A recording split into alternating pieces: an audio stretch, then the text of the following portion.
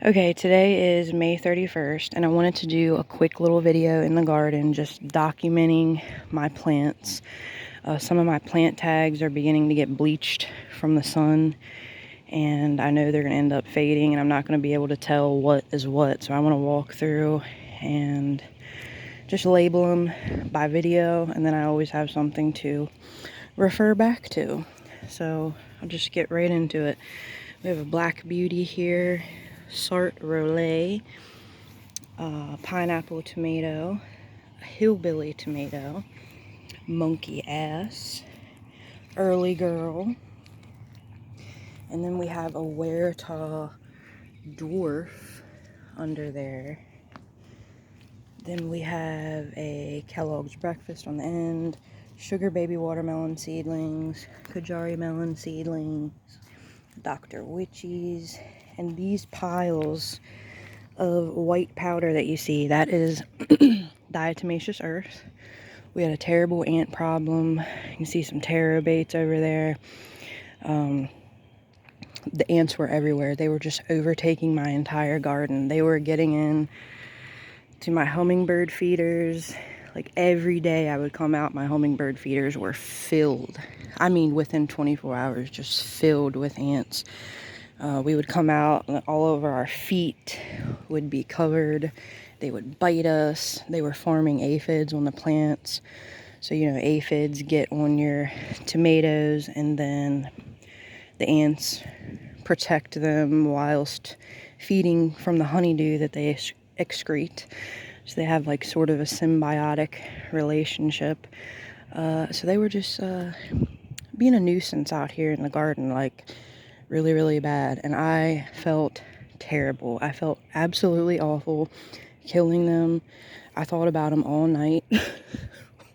After I put the baits out, I feel terrible killing like any living creature. Just the thought of them taking, because you know with these baits, they drink the liquid, they carry it back to their colony, they feed it to the workers, the queen ant, and they all die. So it made me feel really bad. But I had to do what I had to do, because it wasn't a place where we could even come out here. It was getting to that point. But it looks a lot better now. I see a couple here and there. But on the corner we have a Sun Gold tomato, and then we have more Kajari melons. This is a Rose de Bern tomato, and then a pineapple, a gold medal, West Virginia penitentiary tomato. You can tell I wanted to have a couple funny varieties out there this year, out here in the garden. And then this is a Ware Kauai dwarf, a Sartre Relay, another one. I wanted to have a bunch of these. I was really looking forward to this tomato. It's a purple and white. These are the Prescott Fond Blanc seedlings. So this is like a gourdy, a warty, pumpkin type cantaloupe. We have the Scarlet Runner Bean, West Virginia Sweet Meat. I am in West Virginia, so I wanted to grow a bunch of West Virginia varieties. A white currant tomato, more Scarlet Runner beans. This is a vintage wine. More Prescott Fond Blanc seedlings, blue cream berry, my husband's favorite cherry tomato, pink bumblebee. Just planted both of those yesterday. That's why they're so tiny. They are behind a little bit. And then another Dr. Witchies.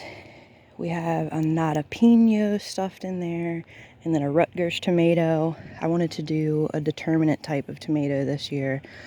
I tried to plant the Black Seaman seeds from M.I. Gardner, but they never came up. I planted like 12 of them. None of them popped up, so I had to get one from the nursery. Then we have some Minnesota Midget cantaloupe, some more Kajari melon seedlings. This is another Wertha dwarf tomato. You can see a bunch of weeds and volunteer tomatoes actually popping up. And then we have a Black Beauty here, more Kajari melon seedlings, more Minnesota Midget, and on the end right here is a vintage wine tomato. So in this bed, as you can see, it is absolutely stuffed with tomatoes, and every single year we struggle with this bed. It dries out so fast. It's on a really steep incline, so when you water it, all the water just runs right down the side, and everything in this bed ends up dying, or it just looks really bad because it's not watered properly. So I just stuffed it. I just stuffed this bed full of tomatoes and melons, and there's an artichoke there. There's a pepper. Just wanted to see what would stick. I was just gonna give it all I got, hope something lives. So I definitely don't suggest that you plant this much stuff, especially in a 4x8 bed, 4 foot by 8 foot bed. Definitely too many things. I think there's like 11 things all together in here.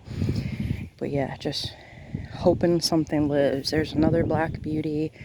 There is, let's see, West Virginia Sweet Meat, another West Virginia Penitentiary, another Monkey Ass, another Sartre Relay, another West Virginia Penitentiary, another Monkey Ass, and then Kellogg's Breakfast, and then a Hillbilly Tomato, and then this is I believe this is a Nata Pino.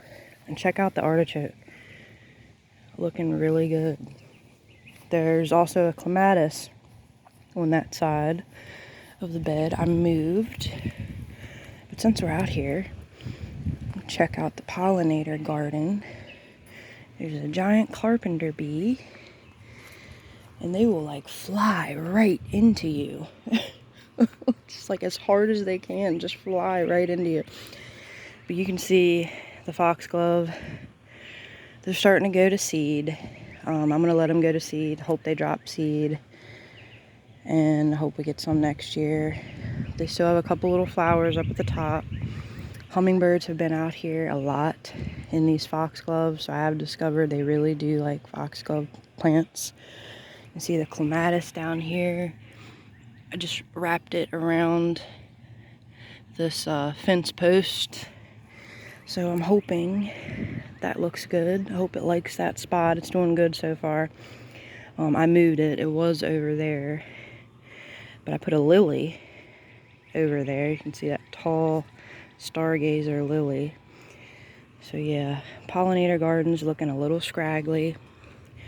You can see the coneflower is just huge, starting to get buds on it. Hollyhock back there, that's what those really bad leaves at the bottom, that's what that is. Black hollyhock. And now there's yellow jackets and wasps. I should probably move. You can see a sunflower back there. The poor thing barely gets any sun. But I would love to just have like a big, huge sunflower right there in the corner. You can see the vinca, verbena. I thought this was a calendula, so I planted it there. I thought it was a calendula seedling. It reseeded, came up from last year, but I'm not exactly sure that's what that is. Watch it be like a ragweed or something. I know last year I was babying a plant and taking care of it. I thought it was like some type of marigold that I planted, and it turned out to be ragweed, which I'm like really allergic to. I was having a really hard time with that thing. But yeah, just double check, make sure whatever plants you're tending to, putting your time and effort in is actually what you think it is. But yeah, I don't know. I'm gonna have to, maybe I'll Google lens it just to make sure. See all the ranunculus here, the iris, yarrow, lavender. That whole big pot there is full of ranunculus. This bee is watching me, looking like it's gonna come after me. I don't know. I really don't mind the bees, but the carpenter bees, man, they will just come after you. I don't think they can sting you. I don't think the male carpenter bees actually have a stinger, which I just learned, but I don't know. Maybe I should get out of her little area. Then we have the strawberry pot, nasturtiums at the bottom there, trailing nasturtiums. yeah, everything's looking pretty good in the garden so far. Hopefully we just get a normal growing season this year. I planted yesterday some sweet peas and sweet pea flowers and blue queen butterfly peas.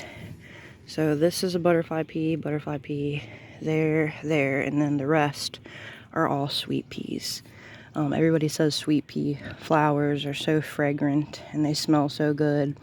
I've never actually got to smell one or see one like in person, but you know, like back in the 90s or 2000s, like one of the most popular Bath and Body Works body sprays was sweet pea.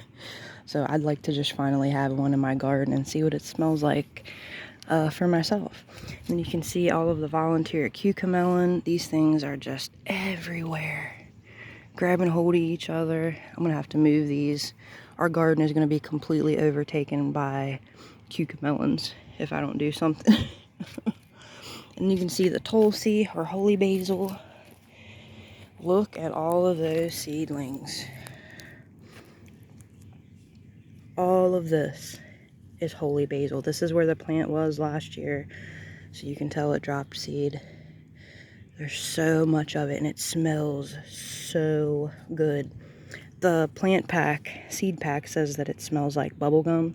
I don't think it smells exactly like bubblegum. It's got like a medicinal, herby, but sweet smell. It really smells good when you're walking out in the garden. We have a tray here, some sunflowers, gazania. There's one nasturtium that I haven't planted yet, and some ranunculus, zinnias, a bunch of peppers over here.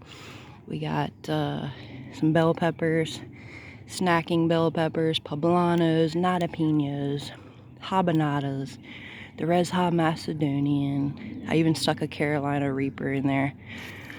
I want to get a couple family members and a couple friends to try it out, see if they can handle it. And then we have the impatiens doing really good over here.